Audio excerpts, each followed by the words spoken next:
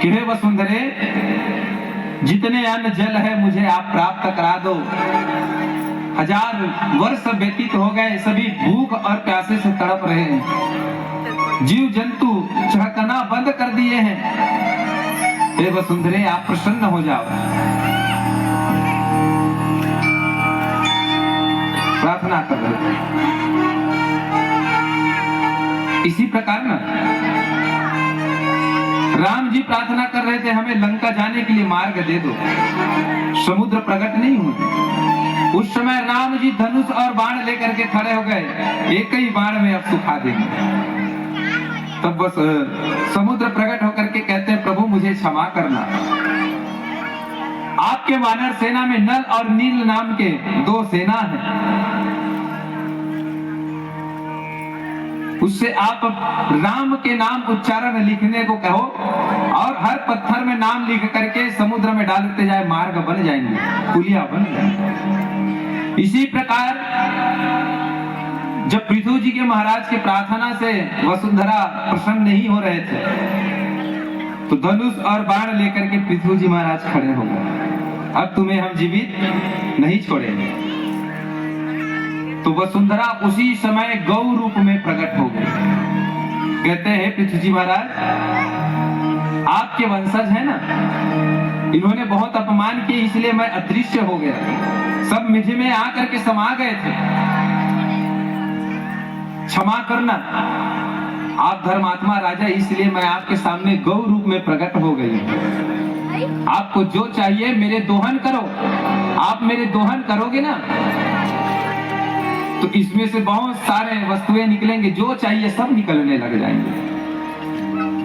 तो पृथु जी महाराज दोहन करने लग गए, तब खेत में अन्न होना प्रारंभ हुआ, फिर जल आना प्रारंभ हुए, फिर सब तरफ हरियाली छा गए, चिड़िया चहकने लग गई, आवाज करने लग गए, अपने भूख प्यास मिटाने लग गए।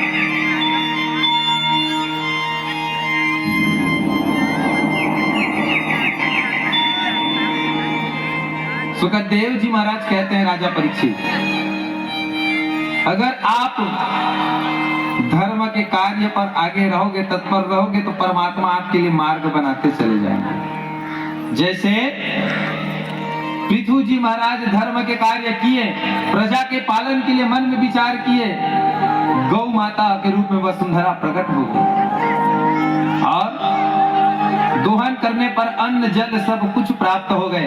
आप सभी जितने खेती करते हैं ना, जितना धन उगाते हैं, धान उगाते हैं, खेती करते हैं, चना गेहूं, ये सब पृथु जी महाराज की देन है।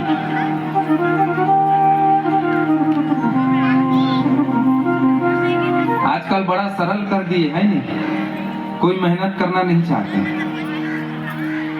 घर में खेती करने के बाद पहले कोठार बनाया करते थे, राम के नाम से उच्चारण करके धान की गिनती करके बढ़िया जो भी हो बोरी में रखते थे। 1 साल की भोजन की व्यवस्था कोठी में करते थे, उसके बाद फिर आगे कार्य करते थे। घर में अन्न आना चाहिए, पर आजकल हार्वेस्टर चल रहे हैं, खेत में ही पूरे कट गए धान, वही मिसाई हो गए, ट्रैक्टर में भराए, घर में अन्न आया नहीं, लक्ष्मी घर तक नहीं पहुंचे और वहीं से सीधा मंडी चले गए। फिर कहते हैं अकाल पड़ रहे महाराज जी, फिर कहते हैं हमारे क्षेत्र में ऐसा नहीं हुआ महाराज जी, ये सब हमारे कारण है। मानो इस बात में हम सबके ही कारण हैं। अच्छा, कथा का आयोजन तो किया गजपाल परिवार, इनके पास जगह था, खेत है, खेत में तो कर लिए। अब खेत नहीं रहते तो आज लोग धर्म के कार्य के लिए छोटा सा जगह स्थान नहीं रख पाते। शहर में जाओ ना तो 100 फीट के लिए लड़ाई होती है। 1 फीट किसी के आप दबा करके देख लो, लड़ाई हो जाएगी। कलयुग है, इसलिए कहते हैं कि धर्म के लिए थोड़ा स्थान होना चाहिए, ऐसे कथा रसपान करने के लिए जगह बना करके रखना चाहिए।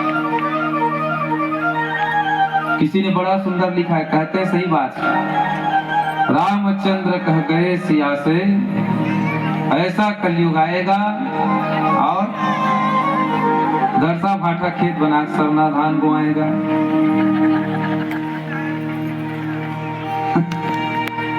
सही बात है कि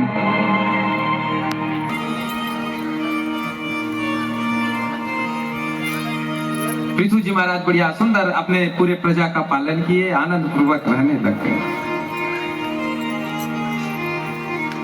एक दिन परमात्मा पृथु जी महाराज के लिए प्रकट होकर के आशीर्वाद दे रहे हैं कि बेटा आशीर्वाद मांगो, वरदान मांगो।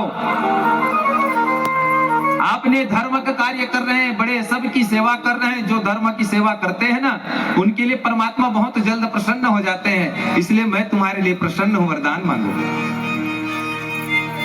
तो पृथु जी महाराज वरदान मांग रहे हैं परमात्मा से। अगर आप वरदान मांगोगे तो क्या मांगोगे? हम आपको बताए थे, मोर नातिक नाती सोना थाली मां दूध भात खाए।